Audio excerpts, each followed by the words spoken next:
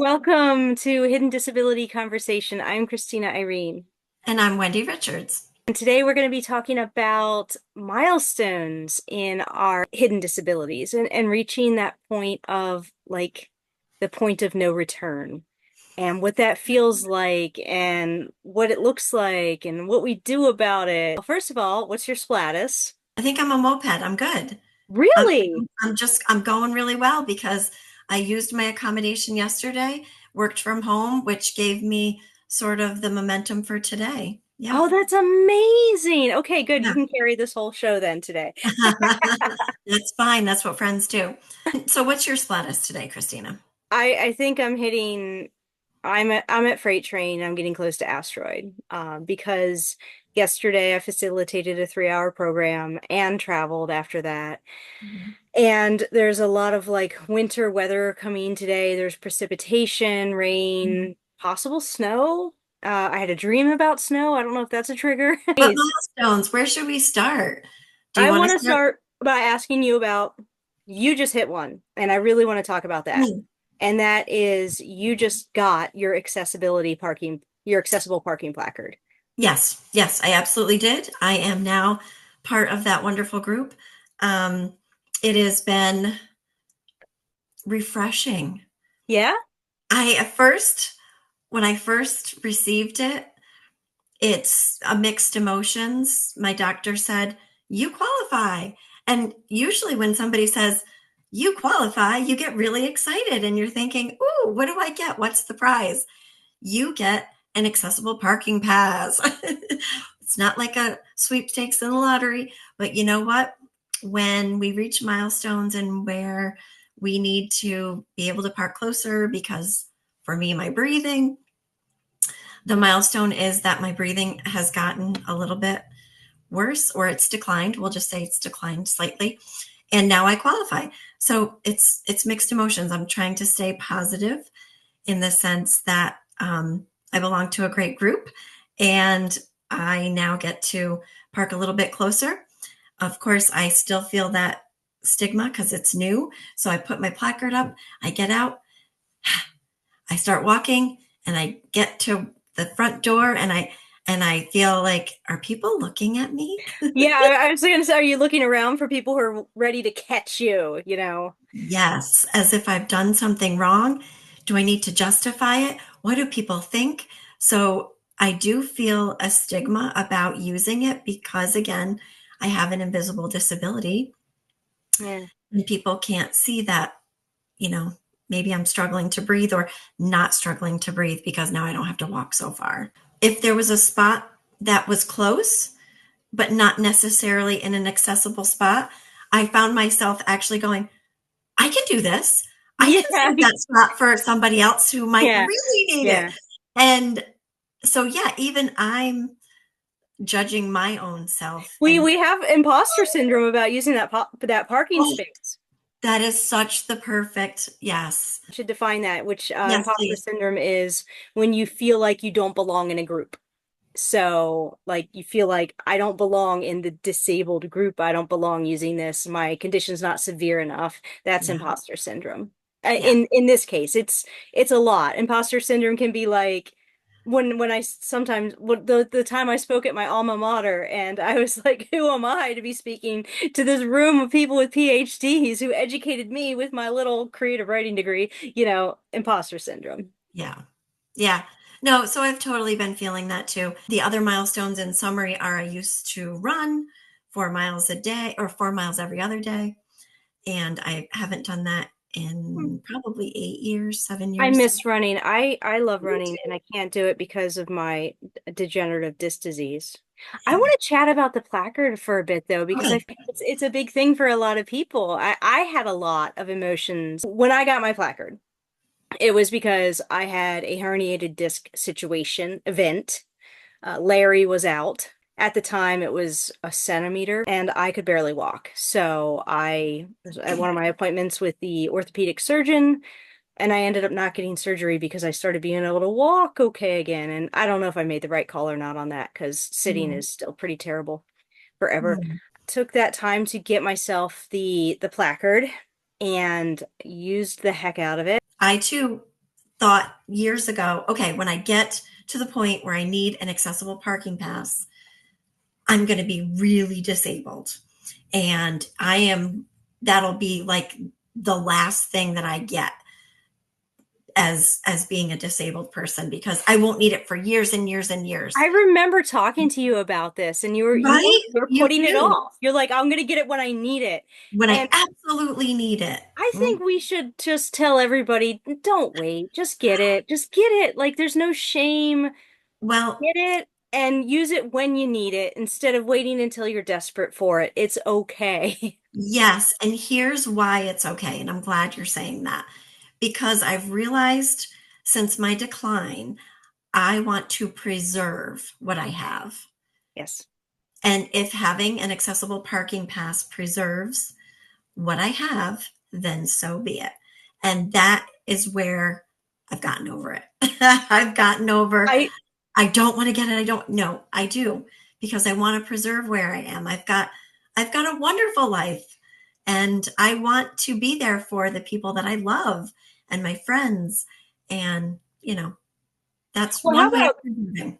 this as a preserve what I have just for like in the moment? Like, so that's big picture. Yeah. Likewise, smaller picture. So a few years ago, I met up with a friend of mine in Washington, D.C. to go to one of the Smithsonian museums and was really struggling to find a parking space. And then came around and I found an accessible space right by the museum. And I Mhm. was like, you know what? We're taking this. And then I proceeded to walk around the museum Ooh. for over 2 hours. Ooh. So here I am using an accessible spot, yet walking around the museum for over 2 hours. Yeah. However, I was able to walk around the museum as long as I did because I cut my walking to the museum time because that was the max of the time I was able to walk around. There was a Mhm. point that came that I was like, I'm so sorry, let's get to that food court because I can't anymore. But I Yeah. was able to do just a little bit more because I didn't have to burn out so much walking into the museum. And so I do not regret taking that parking space. It saved my energy for the good stuff. Yeah. Yeah. No, and I've got a similar situation that just happened this week. I needed to go and pick up pizzas for a little event we were doing on campus. And in my mind instantly went to, how am I going to carry these pizzas? Where can I park? Can I get close enough to the area that we're having this event? And I found myself having a almost like a mini panic attack. So that hasn't happened before. That would be a milestone, because before I would park wherever I want and I would walk in, and if I got out of breath, I would say, "Oh, okay, just give me a minute," or I wouldn't say anything and I would just suppress it and Yeah. not show anybody that I was struggling. And I'm giving myself a bit more grace now and saying, "No, I do need to stop. I need to rest." But when I had to pick up those pizzas, I I was really worried about how I was going to bring those pizzas into the location where I needed to be. Ironically, I pulled in and I said, "Oh, I've got the accessible parking." It still was a bit of a ways to walk. But as I pulled in and parked, I said, "This was the spot that Christina parked in when she did her talk at the college." And I now here love that I spot. am. And now here I am. And instead of trying to pick up the 5 pizzas, and because I did carry them from the location into my car all at once, I said, "No, I'm going to take 2. I'm going to walk them down, and then I'm going to get a student."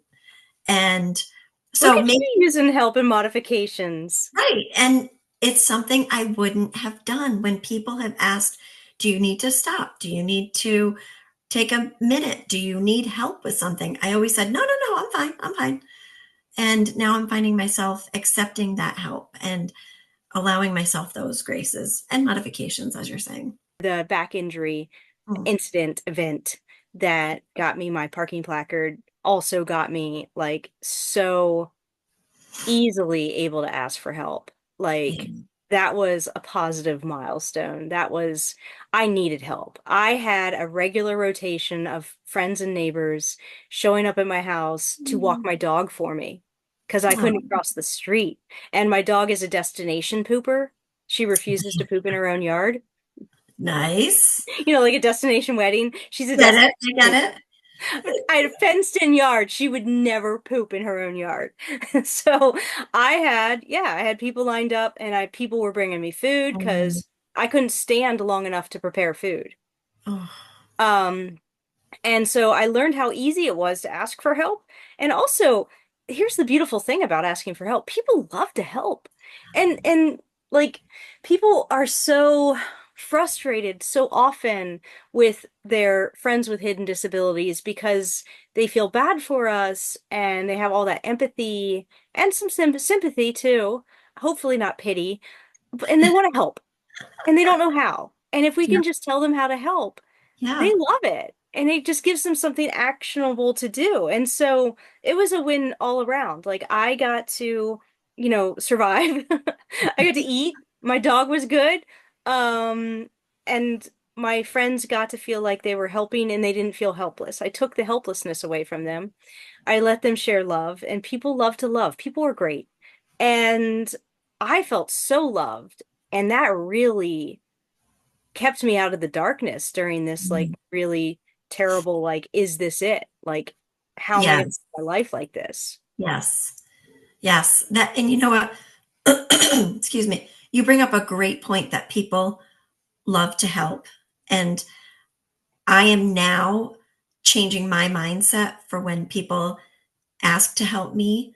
I don't look at that as pity. I mean, I struggle with it because it's new for me. But now I realize I would be depriving them of a blessing, of Yeah, that yeah, feeling of helping someone. yeah, As much as I know you and I love to help people and we talk about it and we through our actions and words, and so I would be robbing somebody of that blessing. And I think to myself, no, it's a win-win right now. We're in yeah.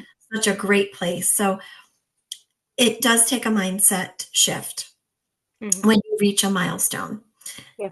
And it takes positivity and being kind to yourself and really, for me, not focusing on what I'm losing, but try to focus on what I'm gaining because you do. There's You always have something to to. gain. Hmm. When I got my parking placard, there was something that happened that was unexpected. And I want to share this and I don't know if you experienced this, but I want to share this just to warn people who may be going down the same path. Um, to tangibly hold in my hand an Hmm. item that says, yes, you're disabled and this is Hmm. permanent. Hmm. That was a lot. Like it took Hmm. away all of my ability to like be in denial. Oh, yeah. And it really made it real. I mean, I was physically touching something that was like, yep, Mm. this is it. This is the rest of your life. This is how it's going to be. And I wasn't prepared for that. Yeah. So I had to go through a bit of a grieving process. I had to, Of course. acknowledge a new piece of my identity, but remember that it's not my identity. It's a piece of my identity. I think you said something earlier about like all joining all the people who do this or use this or something like Yeah. that. I think that's something that's really helpful when you have these milestones and you have something tangible in your hands that Mhm. say, okay, you're disabled, there's no going back, this is it. Is that there's a whole community of us who are doing it and we're doing it Yes. and we're happy and we're living great lives and it's okay. Absolutely. Absolutely. But you're right about the grieving. And I think we would be fooling ourselves if we didn't acknowledge when we reach a milestone, grief is a part of that. It's part and we have to do it. We can't just set it aside and not deal with it. You Right. have to you have to do it. You have to go through the grieving process. You have to do 5 stages of grief. You do it. Stages of grief don't necessarily go in order. So true. And it doesn't end. It's never finished.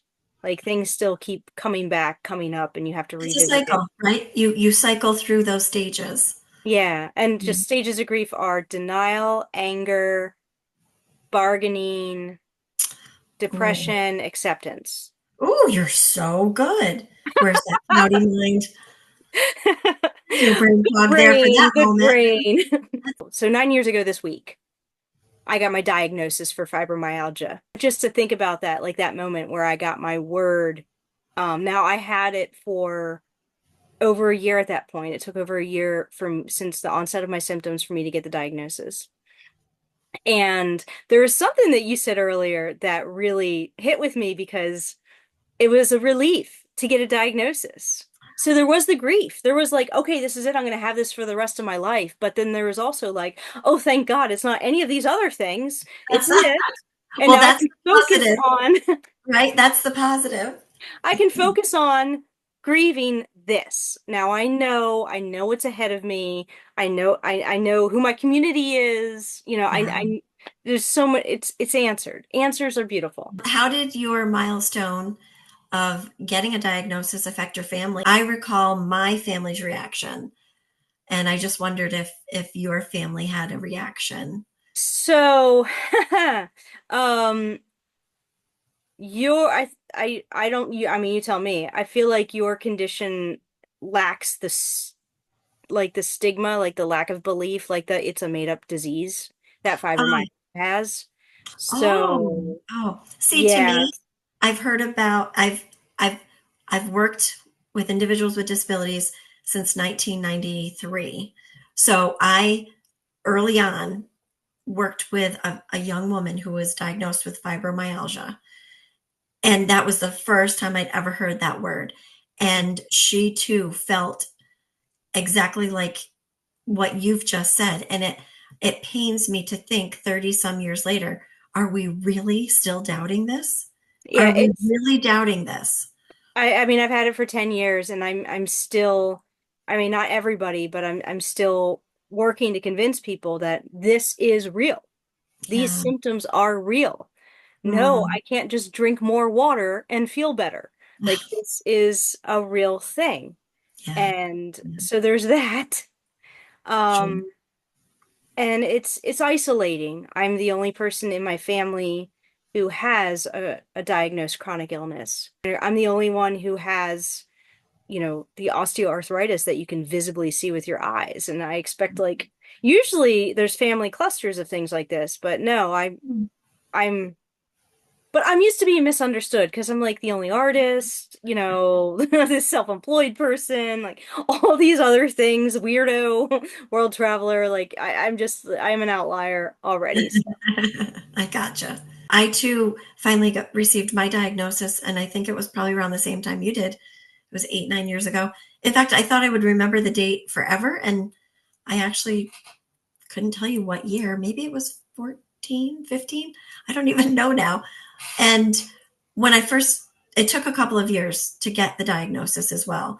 And once that came about, it was very scary to me. And once I processed it, I sat down and pretty much cried my eyes out that's a big one, the fear. and thought, am I going to live for 5 years?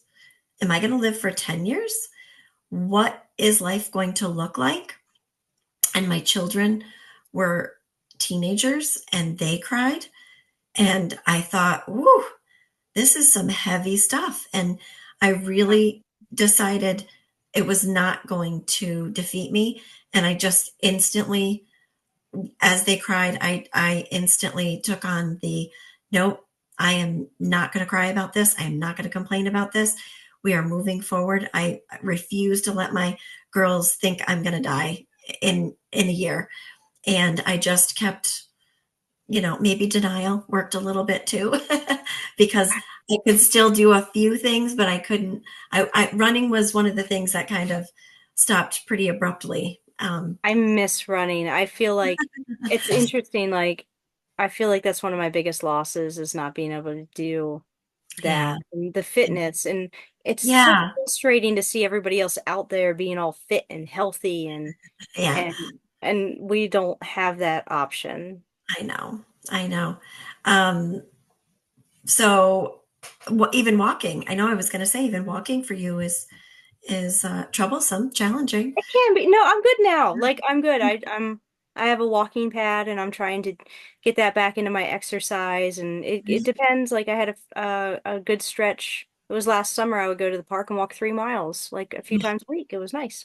Yeah. So I have that. I do have that, and that's one of the best ways to grieve during our milestones is to find Yeah. substitutes. Like, Yeah. I lost this. What can I replace it with? Yeah. And I've done a pretty fair job of finding, replacements wherever I can.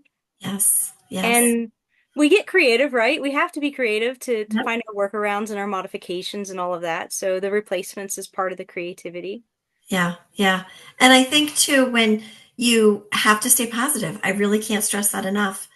Yeah. If you're going through a milestone, I'm speaking to the audience. If you are going through a milestone with your diagnosis in which you are having a loss of something, please try to be strong and please try to think about what you're gaining.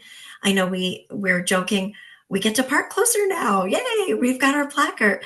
But what we're gaining is perhaps preserving our health. I like that. Yeah, and we do have so many accommodations and modifications available to us, and we need to Yes. use every single one of them. We deserve them. You deserve your modification. You deserve it. You deserve it. You deserve Yeah. all the chances you have in the whole world to be Yeah. your very best self. Yes. You were talking about fear, and I did want to address that. Mm. I want to address how do we cope with the progressive degenerative to conditions, and my arthritis is certainly that. And here's where I'm gonna be real. I just try not to think about it. Honest to God, like I try to keep my focus short term. Yeah. And if I feel like I need to justify that, I just say, well, you never know what medicine's gonna do in the future. All I Yeah. know is right now. So Yeah. I'm just gonna focus on this today, this week, this Yeah. month, next month. Yes. But I will say that I am living in, within reason in a way where I'm not saving the good stuff for retirement. I'm not saving Oh, the good stuff for later in life. girl. Doing it now. This Seriously. is why I've been to 25 countries and all That's 50 right. states, and I'm going to keep going because Yeah. I can Yeah. now. That's right. That's right. And I am lucky enough to have a husband, and I know you've got a wonderful partner. And if your partner is like my husband, he is always telling me, um, you know, just do this for yourself. Use whatever you need to use. Take a break when you need to take a break. Yes. Let's enjoy the things we can enjoy now. And we travel too. And I know you enjoy traveling. And it's good to have a supportive person in your life that reminds you that it's okay. We're going to be in these stages together. And that can be very comforting. But even if you do not have a partner, you're independent or you're single, you don't need that. You need to just tell yourself that you're doing these things. And like you said, you're not going to save it. You're not going to save it for later. Do it now. Yep. Preserve your health in any way that you can. And let's just enjoy the life you've got, and don't put things off if you can No, help I it. did it all, and I used my community. I used my neighbors, but I Yes. used it. And so Yes. I've only had a partner for a couple years. This has been Hidden Disability Conversation. Next time, we're going to be talking about navigating the holidays, including boundaries. So Yes. thanks so much for watching, and we'll see you soon. Please like and subscribe.